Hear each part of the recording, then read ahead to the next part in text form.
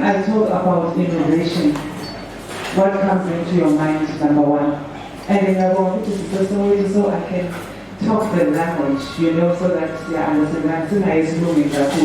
So when I just say the name innovation, what comes to your mind? What is the first thing that pops up? Can I have two takers, young people? Technology, yes? New ideas. New ideas. Yeah, I wanted to establish that. For me, it's disruption.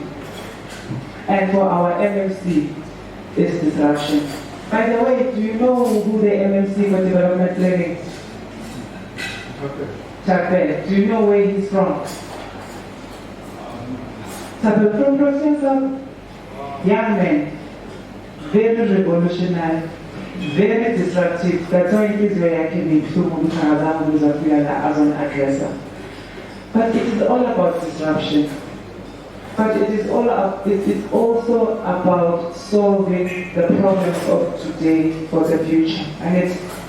So I'm still staying in my grandmother's house. It was given to me. I'm developing it. It's that old two-room monument. You know those historical Orlando East houses. And my thing about it is that we are talking construction. We are talking wanting to play in the space. But when you are a business person, you need to understand what type of space and ecosystem that you are going into. And that ecosystem is saturated. And if it's saturated, what is different that I'm bringing? Did I hear somebody's success story and I was inspired to say, let me go into this, let me see how it will work. Do you understand where you plug in the value chain? So I'm going to bring my own disruptiveness. The country is talking smart city.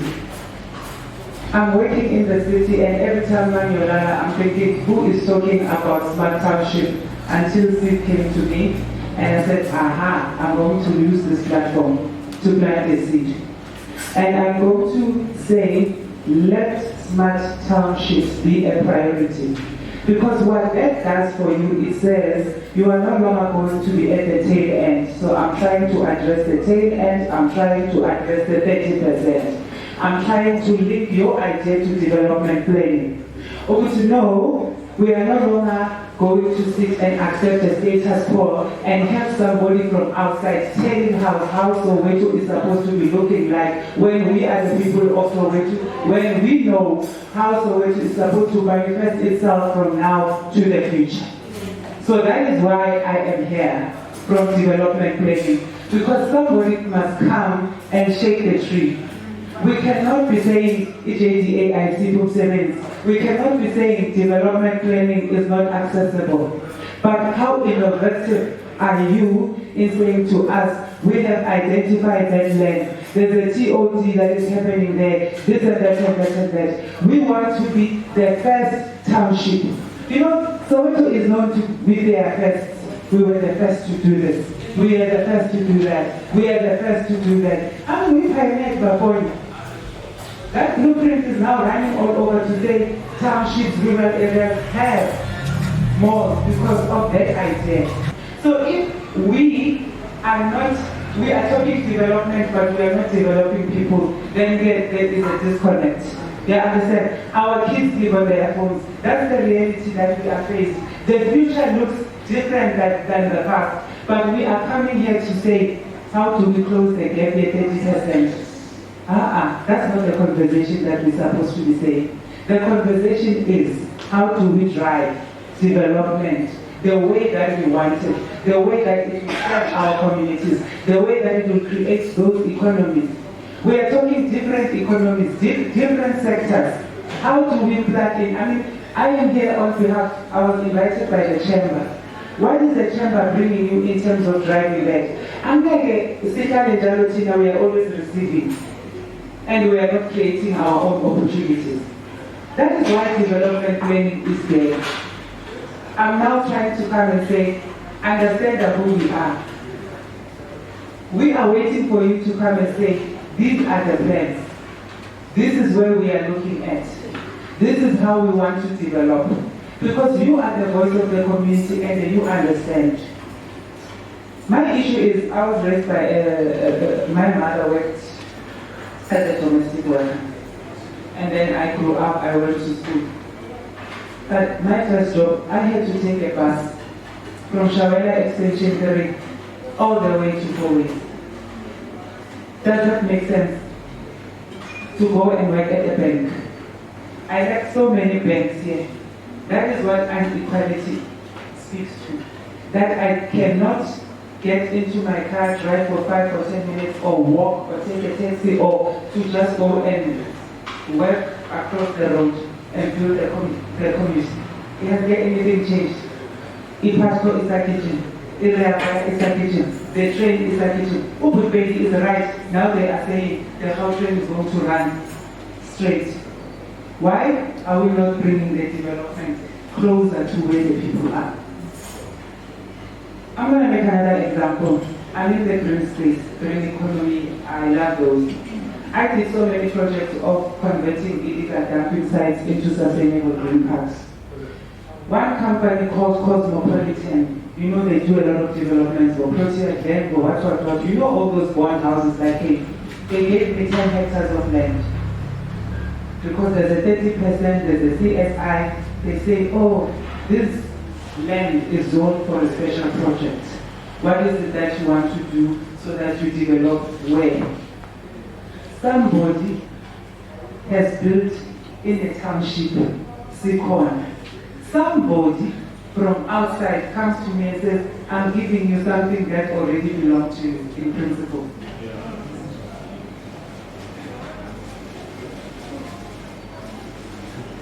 Can you see? Now that land is hosting people that are doing car washes and everything, and they are trying their luck, they understand. Because I had to bring some relief because across the road is informal settlement where people, so I can see now the value of what that land is doing, and we are doing everything green because of how that project, of how that land was actually zoned. To be innovative around how we do structures that doesn't contravene us not building structures that is so contravene what the land use is about or the building inspection. But what I'm trying to say and bring to you is that in the office of the MMC, that is what we are about disruptive innovation. We are here to hear from you. We are here to understand and establish this relationship because we want to bridge this gap. In as far as JDA is concerned, I really wanted this feedback because we felt people in around, they understand, we want JDA to be accessible to the people. And that will firstly address the issue around why you are at the tail end of the projects that are coming. It will also bring and bridge the gap of the IDP that you gave input to. So when those projects now are materialized, you can go into an office around the corner of the JDA to know what is coming and what is not coming. Because that's where we are. We are in a digital transformation space, and this information is supposed to be getting it from the click, follow, click, because everything now is sitting in the cloud. I am also proud to say even our department is starting to digitize its own processes so that we become more accessible to people. So that you don't stand in a long queue when you are bringing that building plan, or you are doing that, you are doing that, so that everything goes in the digital space. They understand you can track it, you can have your own dashboard about your own project and about your own submission. That is what our MNC, Young SEs, is trying to drive within. So you must know that we are even here because we are representing a mind that is different, a mindset that says innovation can improve service delivery, especially in our townships. It can also be a direct response to what they have been telling us about township economic revitalization. But we have to be producers and creators rather than consumers. This Indaba has to change that mindset to say, Suzohlala, our presentation in NHRBC is a presentation is the IDP. The last thing I want to talk about is capacity. I have seen so many times how entrepreneurs in the construction space get discouraged because of the CIDP grading. When a person says to me, I'm going to construction, I cringe a little bit because the red tape around that is just unbelievable. When we come to capacity is what you train for. and who do we train? Do we actually unpack and say, namhlanje, ngiyangena as a subcontractor and responding to that 30%, but what has it done to contribute to me going to the next level of the CIDP? Let me address the issues of the 30%. The 30% was said, let's give back to the community, let's tick a box. This is how we tick a box. A major construction comes. Mama batho mzofaka amaplug, batho mzofaka pipe underground. So you are competing in that 30%. Does that 30% translate in you acquiring the experience to get you one day to become the main contractor? So are we going to be coming here again and having a conversation about why are we in a tail end? Or are we going to start coming with innovative ideas to say, develop much. We want to come to this Indaba and unpack the construction value chain ecosystem in the context of Soweto and its needs. And then you go to development planning. That's when you will be able to have face-to-face and robust dialogues about where and how you want Soweto to look like in the future. We need to be able to replicate Vilakazi Street everywhere. Soweto is big, but we only have Vilakazi Street. How much jobs must Vilakazi produce? It also needs to be revealed, because somewhere deep south lane, Mashawela property, there's another Vilakazi Street. Because, yeah, I understand everything, but also it's about having your ear on what is happening, what is trending, digital transformation.